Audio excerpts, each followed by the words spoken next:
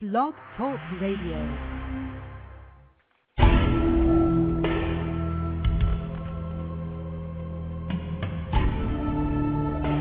You are now listening to True Murder, the most shocking killers in true crime history, and the authors that have written about them. Gacy, Bundy, Dahmer, The Night Stalker, BTK. Every week, another fascinating author talking about the most shocking and infamous killers in true crime history. True Murder, with your host, journalist and author, Dan Zupansky.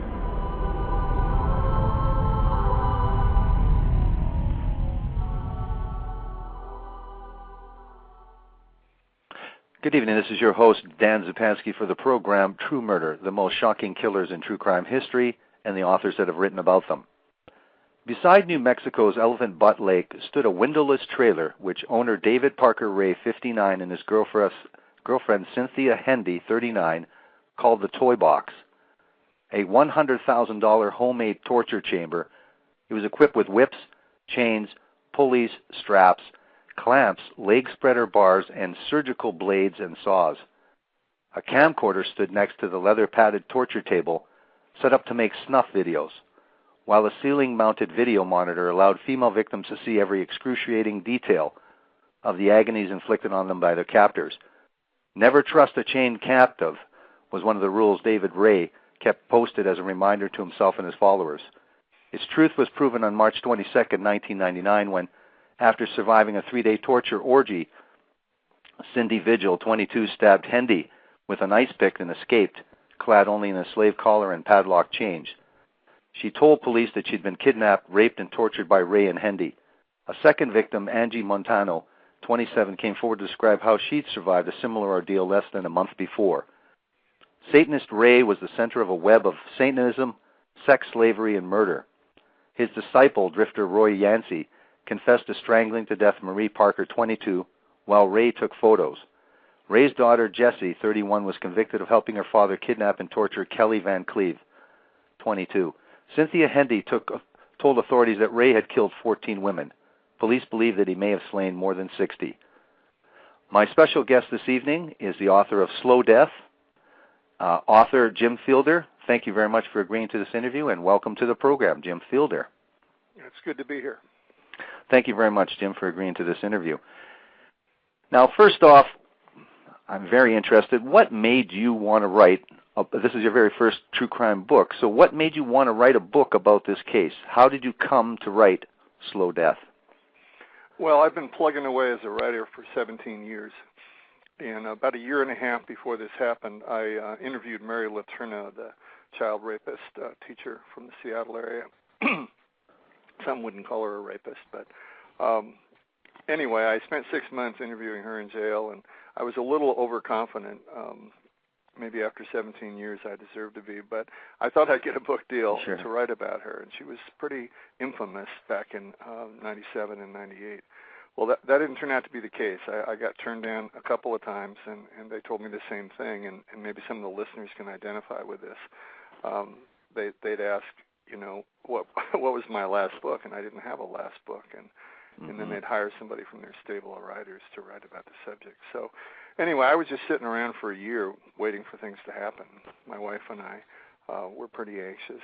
I'd written a magazine article, and I'd gone on Good Morning America, which has a viewership of about 10 million people.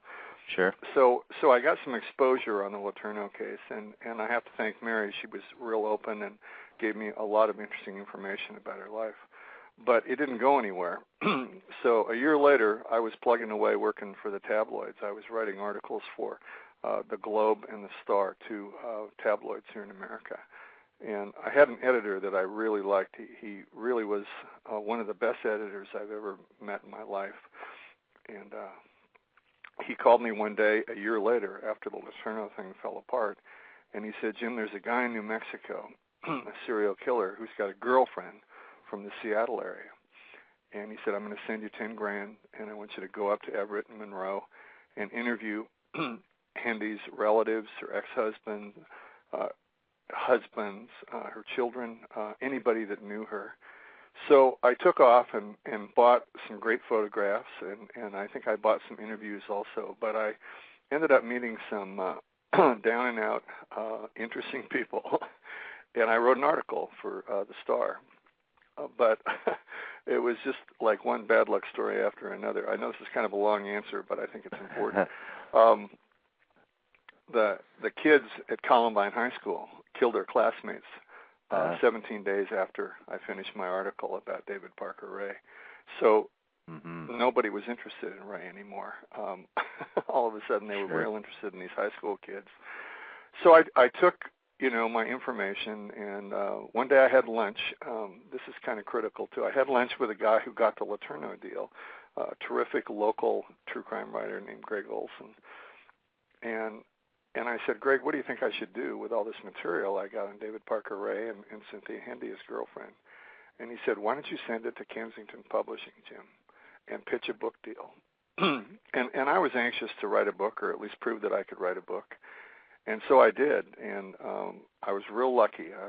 I heard Mick Jagger on TV the other night talk about the role that luck plays in anyone's success, and I think that's very true. He said everybody works hard. Lots of people work hard but don't get lucky, and I've been working pretty hard for a long time.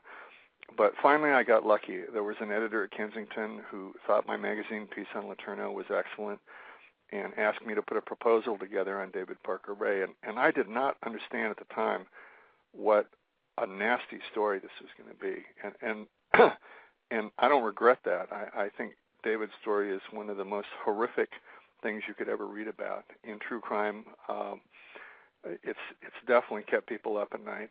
And we just got published in England under a different title, The Chamber of Horrors. And on the cover of the English book, my book, it says America's Worst Serial Killer. And I'm not an expert on serial killers, but I can't imagine anything being more horrible than what David did to people by torturing them for days and weeks at a time before he probably killed them. In any case, I got a book deal, to give you a very long answer to a very interesting question. Yes. And the editor at the time, this is my last little comment about my change of luck, he said, this won't take more than 6 months, Jim, to finish this book. And I didn't care how long it took. I wanted to go to New Mexico. I'm kind of an outdoor guy. I wanted to fish and hike and do some other things. And I knew New Mexico was a beautiful place.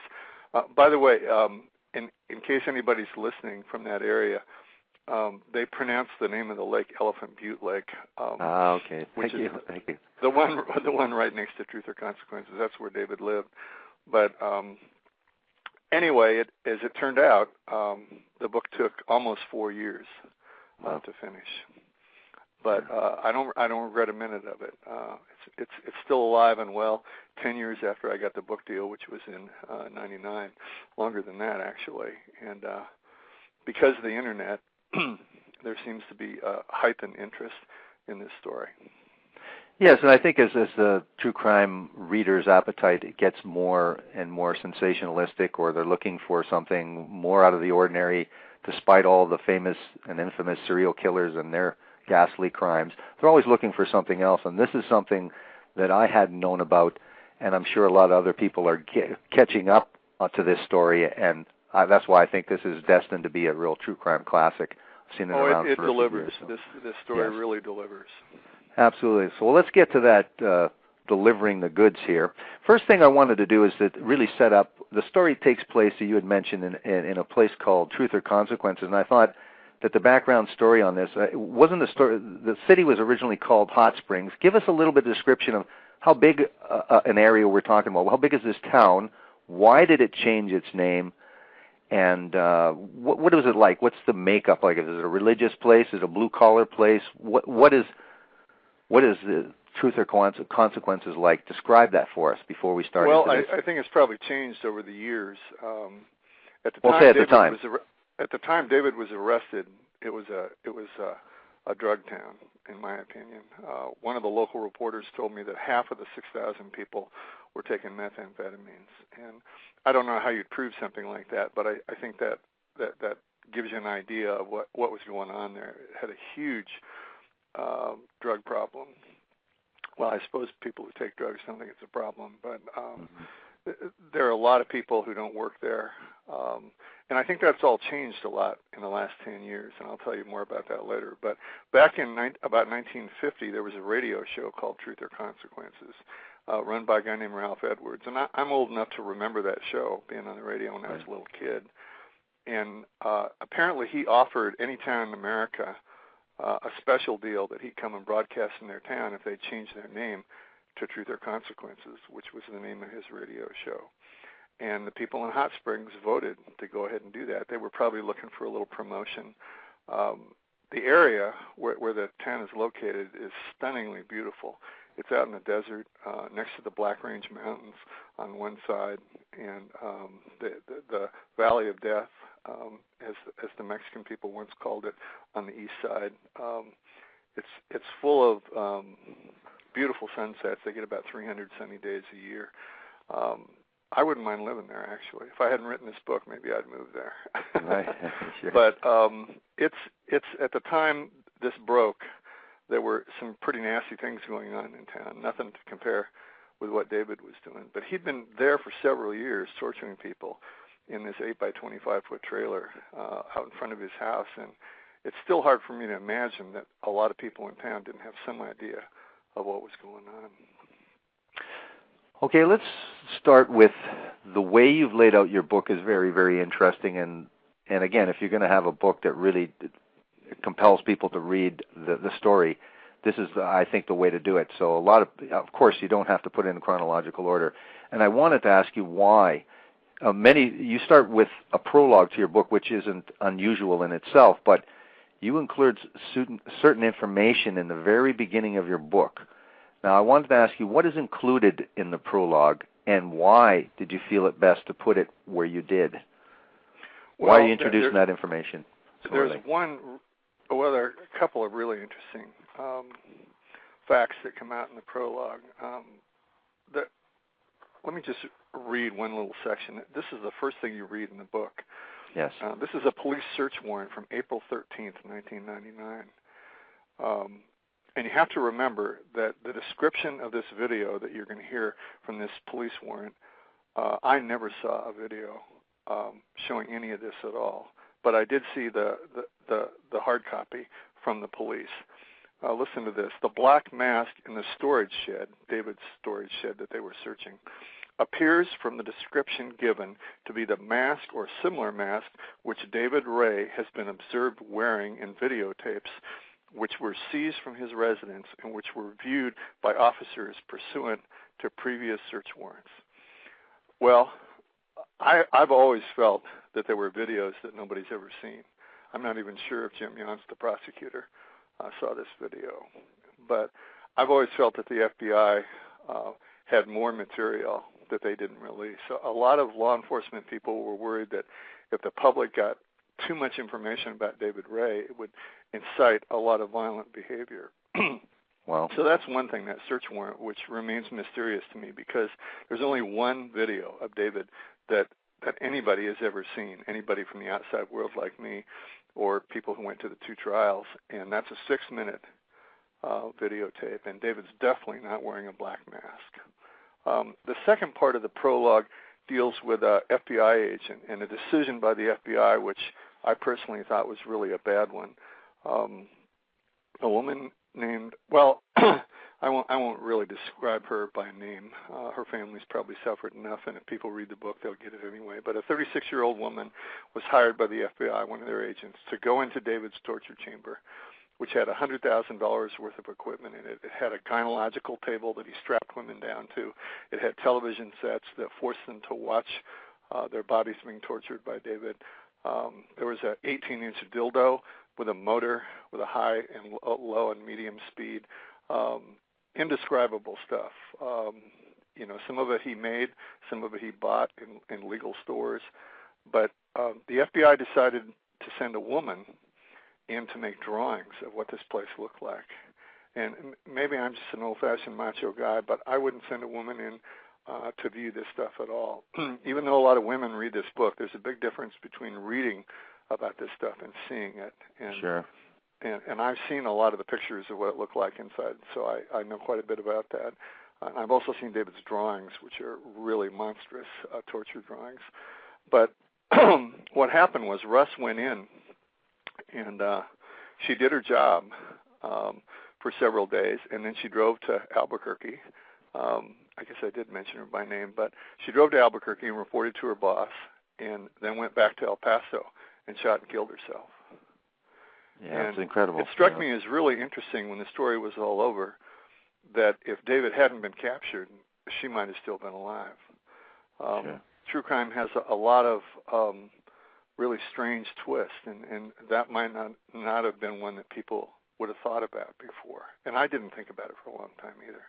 But I always felt real bad that happened to her and her family.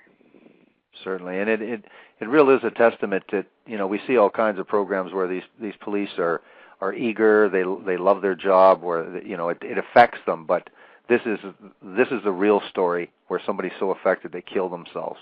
Those memories are haunting them. They can't handle this job that they certainly took, knowing what possibly they could see on the job or what they could experience, and yet and they always say that true crime is like throwing a rock in a lake. The ripples just go off forever in all directions, and it affects so many people's lives. This story is still having negative impact on a lot of people. Oh, certainly. Now, we have one of the main characters in this harrowing story is Cyndi Vigil, 22. You introduce her. I think it's pronounced Vigil. Okay, it's a Spanish word, so yeah, Vigil. Vigil. Okay. Yeah. Thanks. Now, you introduce her in Chapter 1. What are the circumstances in which we, the reader, get to meet Cyndi Vigil?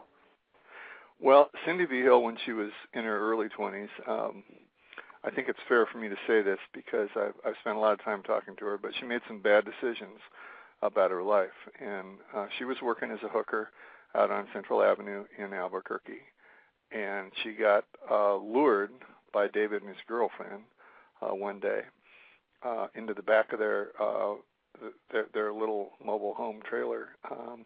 And all of a sudden, Vigil, the girlfriend, pulled a gun on her, and they blindfolded her and gagged her and chained her to the wall and drove her south, 120 miles south, to Truth or Consequences, and kept her for 3 days and tortured her. So you know that she's a prostitute, and that made the book challenging to write because a lot of people don't think prostitutes are sympathetic. But in my opinion, if everybody in life was honest about what they did sexually between the ages of 20 and 30, there might be a lot of scandalous stories out there. And I've seen how she's turned her life around since this happened. She's married and has 3 kids that she's doing a beautiful job raising, and she's turned into a wonderful person. It could be that this experience really altered her in some positive ways, even though her 3 days was pretty monstrous. Right. Now let's get to, you know, you've described somewhat the torture chamber, but we have not met David Parker Ray, and we have not met his partner. Let's go back. Give us a little bit of background on David Parker Ray, and then we can go on and talk about his partner in crime, and then we can go on to the whole group, Satanism, and talk about so many of these other things.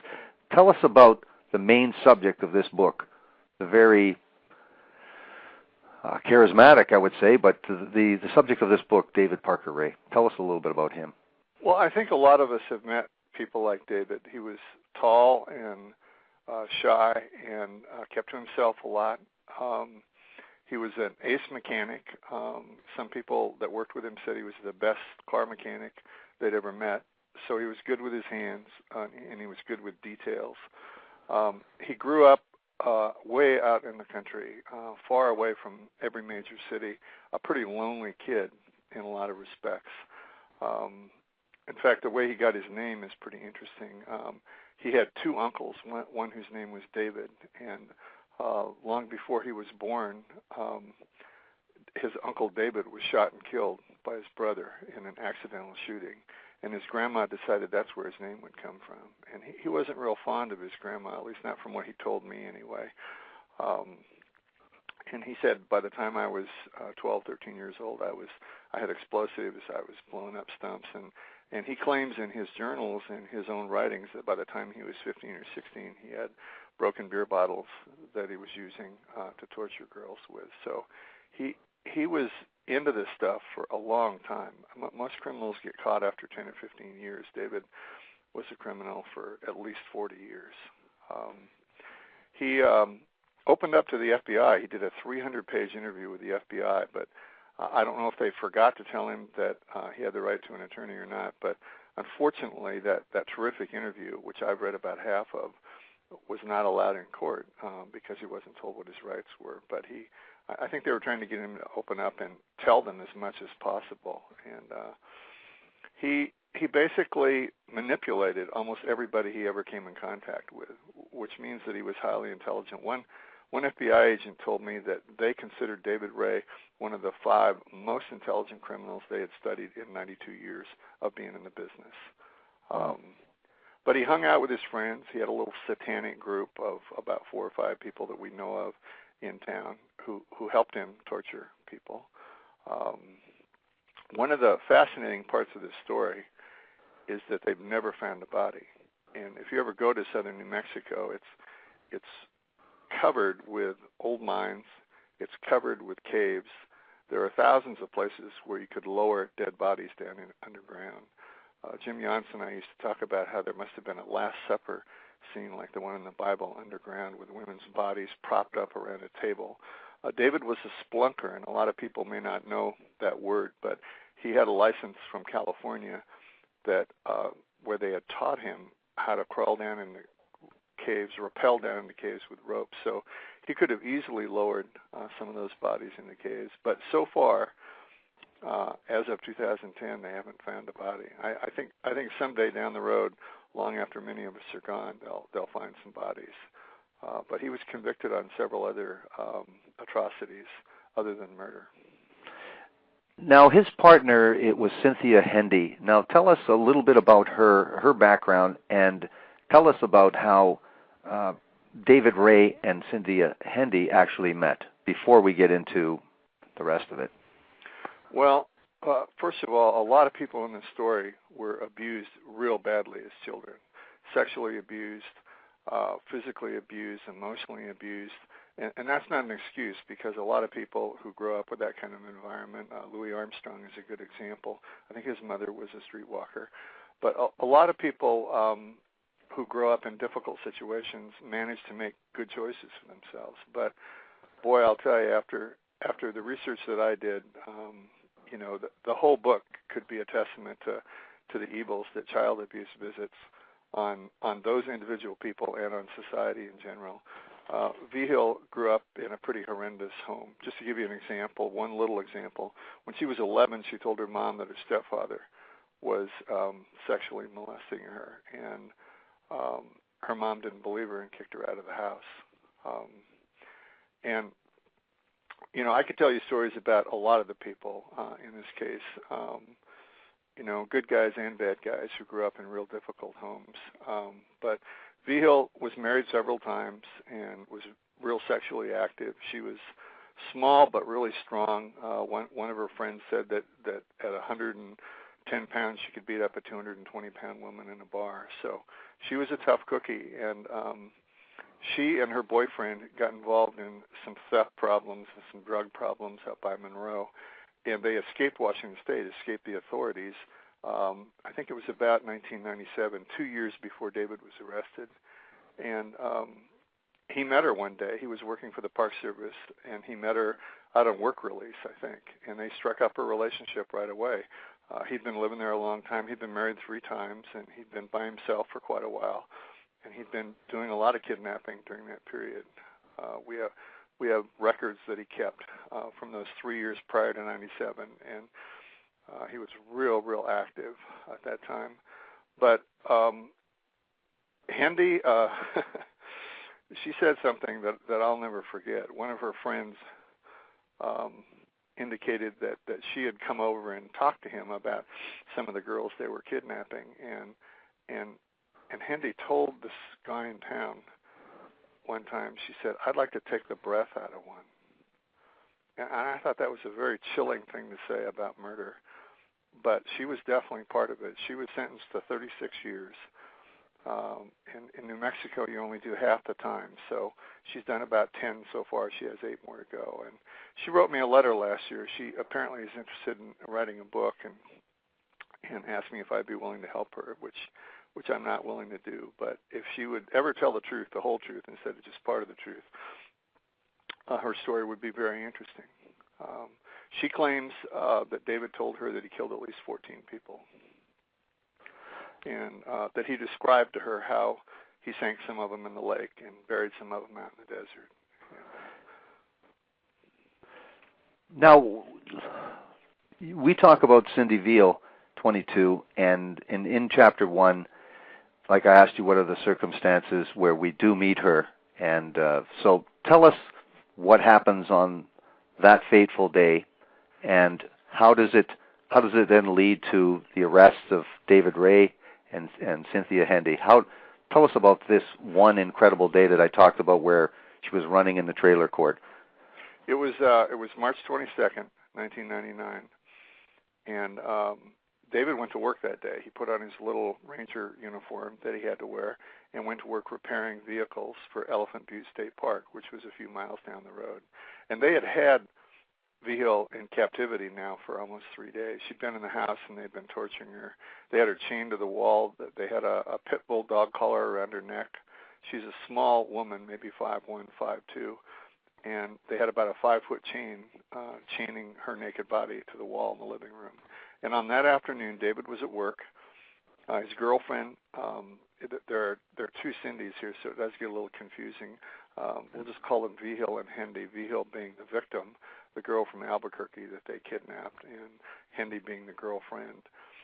Hendy was in the kitchen, supposedly making sandwiches and potato salad for a picnic that they were going to have that afternoon.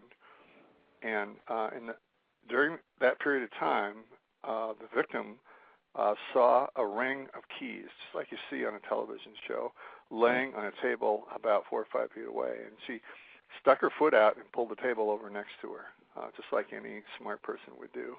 But there were probably 25 keys at least on this ring. And she started trying to unlock herself from the wall, and she couldn't find the right key. And she made a little commotion, a little noise, and Hendy heard it from the kitchen and came out to the living room of the double-wide trailer. And all of a sudden, these girls got in this big cat fight. And somehow, Vigil managed to find the key during the fight and unlock herself from the wall. And, Hendy hit her over the head with a green glass lamp. I have pictures of that lamp smashing on the floor. But somehow, I guess when you're fighting for your life, and certainly they were right on the verge of taking her out to the Toybox, which is what David called his torture chamber, and probably they were going to murder her. It's hard to say, but she felt like if she didn't escape that afternoon, at that moment, it was all over for her. Right. And looking back on it now, her act of bravery is unsurpassed, really. Without her, there's a good chance David would still be out there with his friends torturing people. Anyway, Vigil bolted loose from this fight, and as soon as she unlocked herself from the wall. Oh, let me tell you how. I forgot one really important element, a vital element, in fact. What freed her up more than anything was a small box that fell off a shelf and hit the floor right in front of her during the fight. And when the box opened, there was an ice pick inside of it. And if people believe in an act of God, this was an act of God, because sure. Vigil grabbed that ice pick and stabbed Hendy in the back of the neck, just enough to really stop Hendy for a moment, just for a couple of seconds, and boom, all of a sudden, Vigil's out the door, running down this dirt road, Bass Road, totally naked. She sees a car coming down the road. She runs up to the car. The woman in the car is terrified, rolls up her windows and drives off. And I think later felt pretty bad about that. But Vigil kept going down to the corner, took a right down towards the lake, Elephant Butte Lake, and ran down this paved road and managed to spot just the right white double-wide trailer to run into. And there was a woman sitting in her kitchen having a smoke and a cup of coffee. Her husband was out in the backyard, and all of a sudden this girl dashes through the door, and she's covered with blood and mud and feces and screaming, help me, at the top of her lungs. And Darlene, who really is another hero, there are a bunch of heroes in this story, just very coolly grabs her phone and hits 911. And probably 5-6 minutes later, the police come out and pick up Vigil, and take her to the hospital. And she survives that ordeal. And then probably a half an hour later, 2 other police are cruising down the road, and there's David driving around with his girlfriend, Hendy, looking for this naked girl. And of course, if they got her, it was going to be all over. Well, they didn't get her. They got arrested. And, 2.5 years later, David got 224 years. About a year and a half later, his girlfriend got 36 years. It was a long, sort of convoluted chase to nail him to the wall. But the big advantage for me as an author and for the authorities was he wasn't able to destroy anything in his house or in his toy box. And so I had access through this great prosecutor, the sort of number one hero of my book, Jim Yance, this grizzly bear of a man who was patient enough to try this case. I had access to all sorts of things that really helped me, especially FBI audio tapes that David made. So that was the scene that afternoon. David's off at work, his girlfriend's at home making potato salad, and all of a sudden a captive escapes, and the girlfriend calls David, and they get together immediately and start driving down the roads looking for this girl. And fortunately, she ran into a home where somebody was there. I mean, she could have tried 5 or 6 trailers where everybody was gone. It was a beautiful day. But Darlene was there and did all the right things. It's an incredible story. This woman, you just get sucked into this drama. It's something right out of a fictional movie, running down in this trailer court with a padlock around a chain and a dog collar, naked, like you say, covered in blood, running into a trailer, screaming for her life while her captors are looking for her in this small little trailer court. Incredible. Anyway, what I wanted to also ask you, there's another important person and subject in this story is Angelique Montego. Who is she? Montano, I think is how you pronounce it. Again, thank you for that. Well, that's all right. I didn't pronounce them all right my first time through either. Yeah, and who is she, and how is she involved in this story? Well, she was a woman who used to have a lot of problems with drugs up in Albuquerque and moved with her son to Truth or Consequences and still had problems with drugs, I think. And she was kind of a confused person. As little as I know about her, she appeared to have some emotional problems. She got kicked out of her apartment for non-payment of rent. At one point, before she was kidnapped by David, he loaned her a pup tent, and she was living with her son, who was 5 or 6 years old, down on the beaches of Elephant Butte Lake in a pup tent. She had some friends there that told me she was just a woman who had never quite been able to put her emotional life together. But she got kidnapped by David about, I'd say a month before Vigil did. And she was in the torture chamber for a while. In fact, the Globe did a big article with her. She had lost one of her brown eyes in a drug-related accident, and unfortunately, maybe because she didn't have very much money, it got replaced with a blue eye. So she had one brown eye and one blue eye, and the tabloid people promised to get her matching eyes if she did this story, which never happened actually. Wow. But in my book, you can read what she says in her Globe article about her time with David. But what she did was she got some sympathy from Vigil, and she talked David into letting her go. And I think Hendy. I'm sorry, Hendy had something to do with that too. You'd think after all these years I'd have all these names down perfect, but this is not a story you think about every day of your life if you had to think about it for 4 years. In any case, I think that Hendy had a little bit to do with her being released. But David, after several days of torture, took Angie out on a road and let her go to hitchhike back to town. But he knew that her reputation was so shaky in town that probably nobody would believe her. And in fact, she supposedly, according to what I was able to get, she told the policeman who picked her up hitchhiking the story, and he didn't tell anybody about it because it just didn't seem credible to him. But after David was arrested, all of a sudden everything fell into place. And they interviewed Angie, and she told him her story, and she would have been the next person up for a trial after the Kelli Van Cleve trial, but unfortunately she died of a drug overdose and some related problems with pneumonia, I think, in Albuquerque about a year later. She was only 27 years old. And she had a real tragic life also. Her brother was a killer, and she turned him in. She turned him into the police for murder. And her mother blamed her instead of her brother.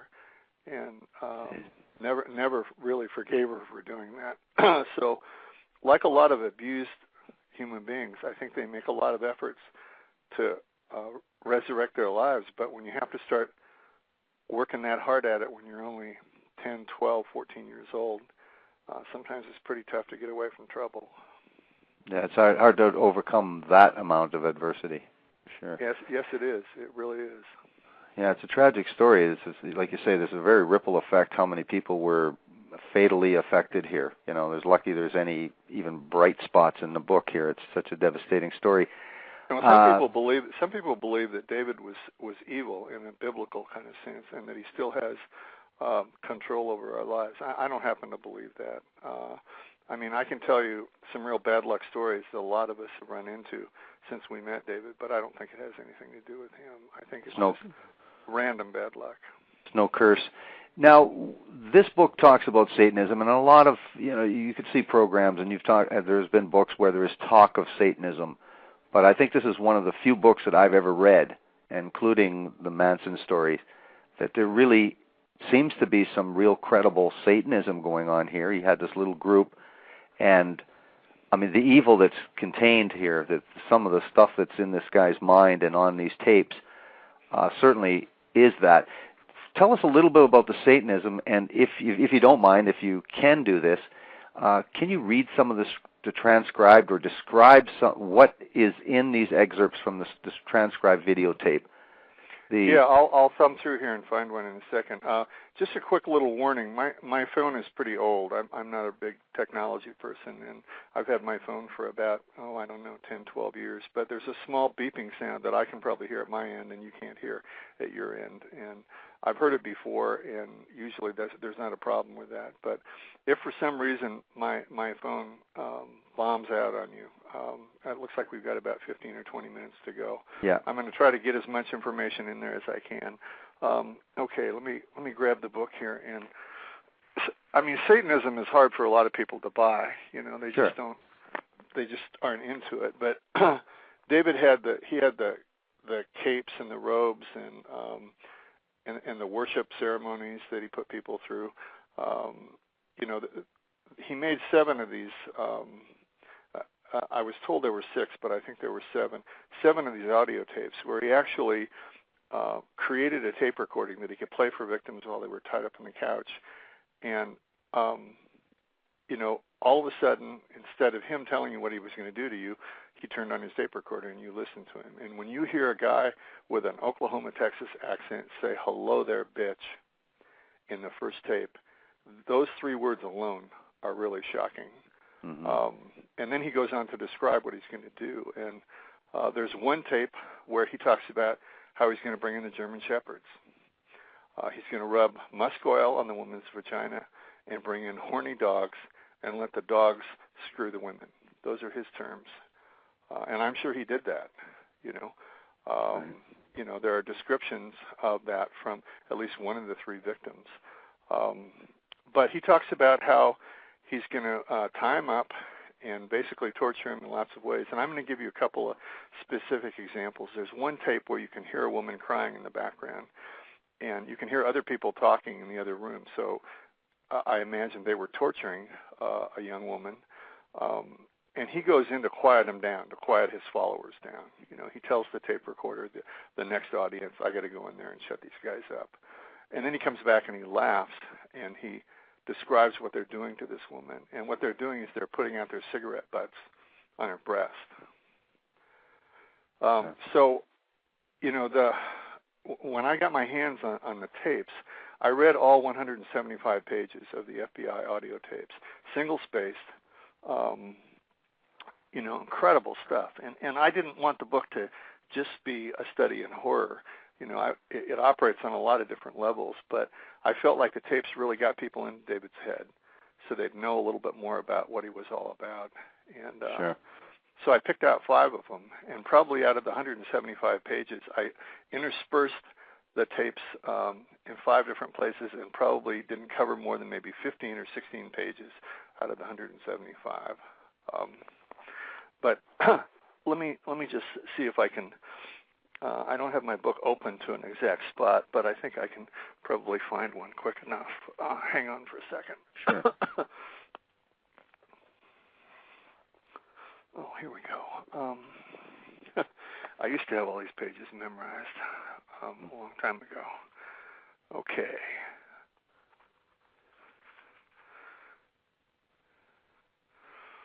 And this is from the videotape that was found in the Toybox itself. Yeah, there was one 6-minute videotape, and that's all they got. But the first 30 minutes of that videotape is blanked out. The camera's looking at the ceiling, so it makes you feel like David erased a hell of a lot of stuff. Wow.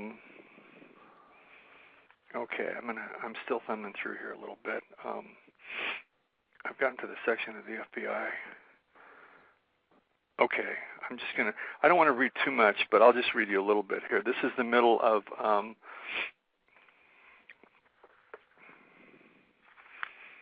Just a second. Oh, yeah. Oh, gosh, I'm sorry. That's the part about Hendy. Just a second. Let me thumb back. All right, here we go. He's talking about a hooker that he kidnapped and tortured. She was a hooker because she had $100 a day drug habit. She had already told me that. That was why she agreed to let me spank her for $100. That's how he first got her, and then he I think he used a gun and tied her up and took over. She'd go get her drugs so she didn't have to work for the rest of the night. I didn't tell her then that she wasn't going to be working again for quite a while. She also didn't get the $100 bill. I'd already taken it out of her sock. Excuse me, hang on. I just have to sit up a little straighter here. By that time, I was horny as hell. I climbed on the table and put just a little bit of Vaseline right around the head of my dick and stuck it in her asshole. Apparently, she didn't get that too much. It was nice and tight. After that, I gave her a damn good ass fucking. And what he's done, she was a big-breasted hooker, and he goes into great detail here to describe her body. He talks about her being tied down. The little whore was bouncing her ass all over the table when I finished strapping her down. I buckled table straps around her upper chest, her rib cage, and her belly. Anyway, it just goes on and on. Yeah. So what he would do is he would warn them with this audio tape of the imminent torture, his lack of regard for these people, this evil persona expressed in these audio tapes, and then he would, for days, torture these women. What I wanted to ask you... To be a sexual sadist, it's about watching the fear in the girl's eyes. That's what he gets off on. That's what he basically emotionally and physically and mentally jacks off on, is the fear. And he builds up that fear with these audio tapes. And then, of course, what he does to them is really horrific. Now, why are you so confident? Before we've got about 16 minutes, but why are you so confident, and why are the authorities so confident that he's just not a deviant, that he's just doesn't enjoy sadism and S&M and bondage, and has gone too far, clearly? But how are the authorities so certain that he's a killer? Well, first of all, the testimony of all 3 girls lined up. The things that they talked about, and none of them had heard the audio tapes. Oh, excuse me, one had heard an audio tape. The other 2 had not. The girl who went to court and testified against him was also a very brave girl, Kelli Van Cleve. her description of what happened to her lined up perfectly with what David talked about in the audio tapes. And she was kidnapped in 1996. He made the audio tapes in 1993. I think that the blood, the pictures on his wall inside of the torture chamber were pictures of women bound and gagged in incredible distress. And in his drawings, I can't describe the drawings. I've got about 70 of them, I think. But he was really artistic, and he drew all these torture devices that he built, and drew how women would be strapped down. I think it was, to not give you too long of an answer, and I feel like maybe some of my answers have been a little lengthy, but no. If you add up all the stuff, the audio tapes, the drawings, what David told the FBI in the 300-page interview, he told him he was real worried he was going to start torturing 10-year-old girls, and I don't think he was worried about it at all. I think they had plans. We know they had plans to kidnap one little girl in town, and her mother, when she found out about it, moved out of town immediately, left through their consequences in 24 hours. His daughter was also very involved with him. There's a young woman who disappeared from a tavern in Albuquerque, and the last person she was seen with was Jesse Ray. Well, we know that Jesse basically kidnapped Kelli Van Cleve at a bar one night and took her over to Dad's house for torture. The only reason that David's daughter didn't do more time was because I think the prosecutors were getting tired of dealing with the case, and they wanted David to plead guilty. And he said, "I'll do that if you let my daughter off." And they let her out after 3 years. She probably should have gotten a hell of a lot more time than that for what she did. But this woman in Albuquerque disappeared. I mean, the last person they saw her with was Jesse Ray. It was a gay bar. Jesse used to ride her big gold wing around, and there's a fair amount of evidence that she helped her dad a number of times. But I think it's just the overwhelming, you get staggered when you inhale all this information. He does intimate, though, on these tapes that he's not adverse to killing. He says in the tapes he talks about taking a woman's life. He warns her, this is, you might die, if you don't behave. And he certainly talks about that. He says a quote, incredible quote, like, "If I killed all the women that I tortured, they would fill up." So he clearly intimates that he's killed before. He has the capacity to kill. He doesn't mind killing. So that's why I ask it. It seems that the authorities and everyone, including yourself, are very, very convinced that this person just didn't deal with a couple, 2, 3 victims. Well, if he was as smart as they say he was, then he was smart enough to get rid of these bodies out in an undeveloped area of the country, where it would be really hard to find them. Certainly. And we're talking about thousands and thousands of miles of wide open desert country. For anybody who's an apologist for David, and I've told a couple of people that have talked to me, I've said, sometime when we get together, I'll bring my drawings. And I said, the minute you see those drawings, you'll be terrified of this guy. And you won't feel like it was just a kinky thing that he was into. Because the women that he drew were definitely being tortured. Now, was that part of the trial that you allude to that somehow or other? No, in fact, there was a hung jury on the first trial, which is a whole separate interesting story. But one of the reasons the jury hung was because Yancy was not allowed to introduce any of the audio tapes. Mertz was the judge, and he was running it real straight. He was real worried that it was going to be appealed if he got anything wrong. And he said the tapes were made, in 93. There's no proof that he played them for Kelli Van Cleve in 96, and so we're not going to introduce him. Well, what happened, without giving too much of the book away, is that right before the second trial, Mertz was pretty stressed out that he had to do this all over again, and he, at the age of about 53, 54 years old, he's taking a shower at home during jury selection, and he dies of a heart attack. And Incredible. They brought in a 37-year-old judge, the youngest judge in New Mexico history, to do a trial like this, and Swayze allowed Yancy to play one of those audio tapes. And that probably sealed the deal in the second trial against David. Certainly. And his partner Cynthia Hendy as well? Oh, I think so. Yeah. I mean, she got nailed by Vigil because Vigil, really had a lot of raw information about her. And finally, she turned on David, which is characteristic of a lot of women in murder cases. They will turn on the men. Not that this is a good or a bad thing, but that happens quite often. And she decided to, rather than getting 150 years, she turned state's evidence, and she told them that about the 14 dead people that David had talked about, and she described in detail how David used to sink them in the lake. And she gave him a lot of other information. I don't think she gave him everything she had, but she opened some doors for the prosecutors. And when they walked in, they were able to nail David more effectively because of that. And so in return, they gave her a lighter sentence. You do talk about, though, that there was some talk that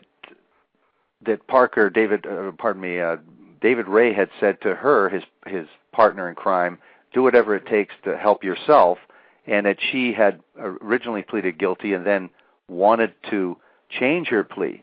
Yeah, that's right. Yeah, and that's an interesting part of the story as well. Well, the trouble with Hendy is that she tells different stories about men all the time. I mean, she had a boyfriend that she got put in jail down there. He moved down there with her, a big, tall guy that she was involved with, and she claimed that he beat her up, and she actually hit herself in the face, I think, with pots and pans to make it look like he did. Not to say that he hadn't beaten her up before. I'm sure he'd probably done that too. But I've got one letter she wrote to the judge about her boyfriend before David, saying, please let him go. He's a well-meaning guy. We've been trying to get work. I mean, she had a history of flip-flopping back and forth on what she said. Which makes it hard to believe that she'll ever get a book deal, because I don't think anybody's ever going to believe the story that she tells him, even if it is the whole truth. There is talk in your book, too, that she had actually called the FBI about her father and then retracted a story just to give some credibility to what you had just said. Totally. Well, the daughter, in 1986.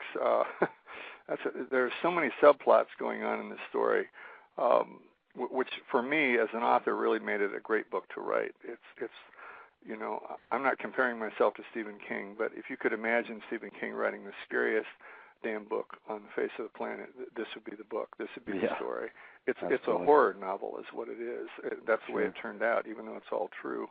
But the daughter, Jessie, in 1986, David was cheating her out of drug money. They were growing marijuana up in northwestern New Mexico, and he wasn't paying his daughter off. That's what she claimed later. And so she says that she turned him in and accused him of torture and kidnapping in Mexico and all this other stuff. And later she told the FBI that was all a big lie. It was really about her not getting paid her drug money. So like Hendy, it's easy to get the two of them confused too. But Jessie Ray, like Hendy, didn't always tell the truth. And so it makes it difficult sometimes to know when they do talk to somebody, what they are saying, whether it's true or not. And obviously, and the FBI, by the way, the FBI investigated David for a whole year on those charges, those kidnapping and torture charges from 1986, and they couldn't find anything to support what his daughter had said. Sure. There's another strong central character in here. We only have a few minutes, but I know that you included this person in the book because you felt it important, and her name is Frances Baird, later Frances Baird Sanchez. But can you tell us a little bit about why she's important to this story? Well, she was really a great gal all the way around. Her grandma owns one of the local newspapers in town. There are 3 newspapers in this town, which makes it a pretty well-read little community, by the way. Sure. Even though they do have a lot of heavy drug use down there, they have a lot of people who love to read. And this is the best, I think, of the 3 newspapers, in my opinion.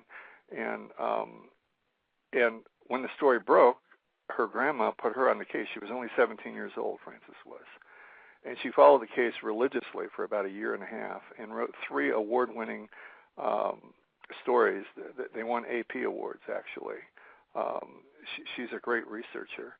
And then just before the first trial, one of the prosecutors, not Yancy, one of the other prosecutors said, Francis, I don't think you should come up. I think this is going to be a little bit gross for you, what we're introducing as evidence. And so she kind of started to slide back from the story, but she did her brilliant journalistic damage before she left. And now she must be 28 or 29, and I've only talked to her a couple of times recently, but she's more horrified by the case as a grown-up than she was as a teenager.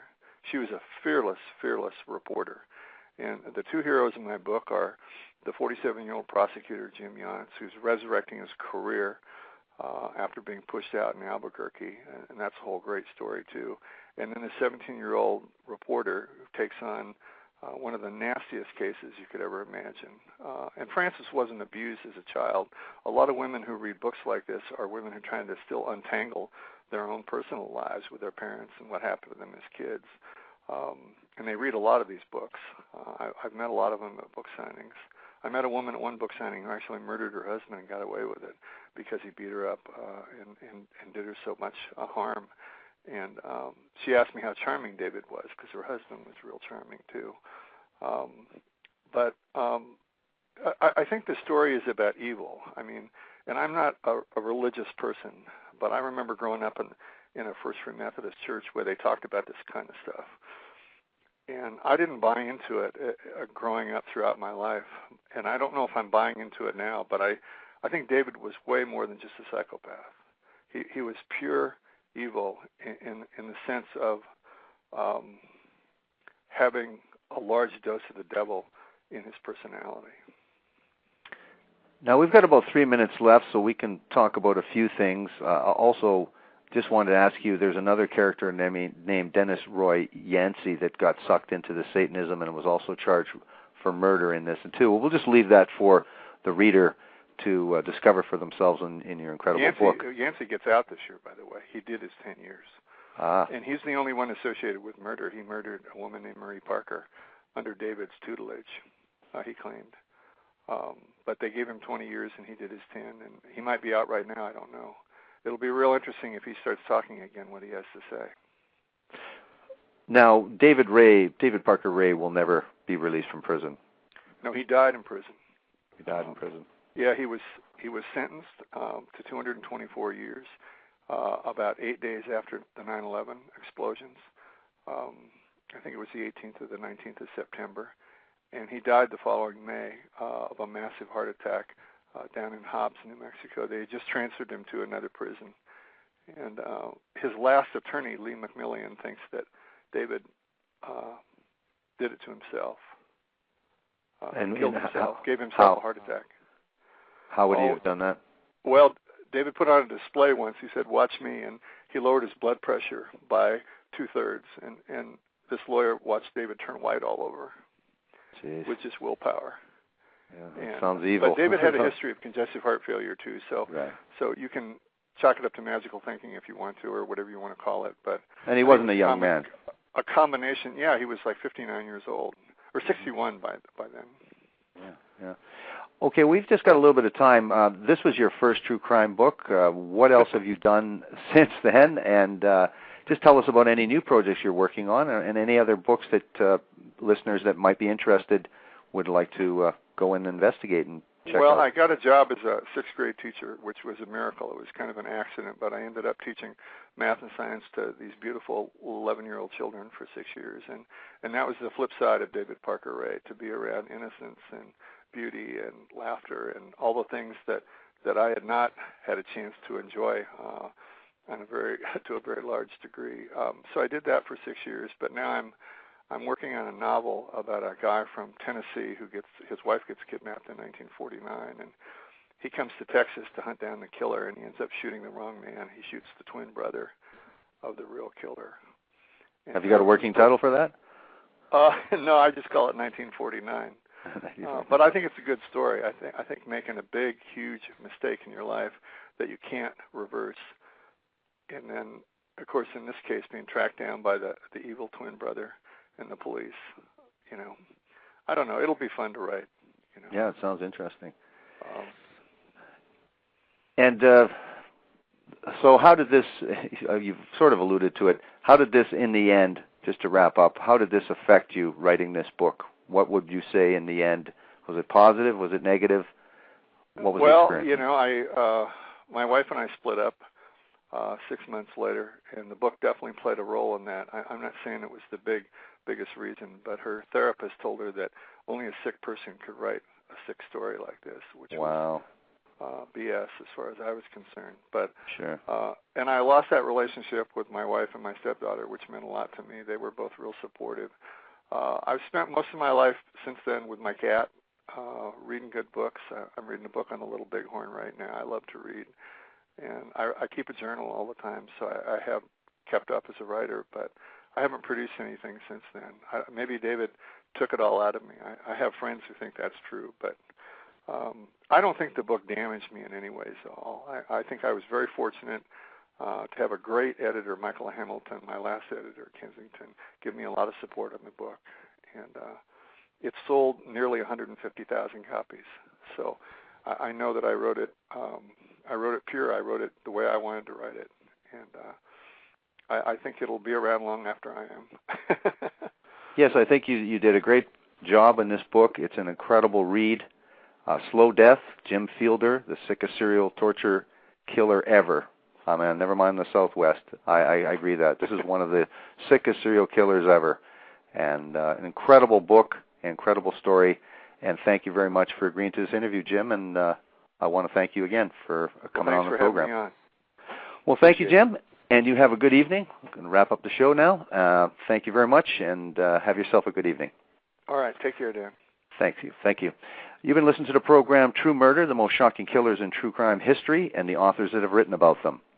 Join me next time. Good night. Dan?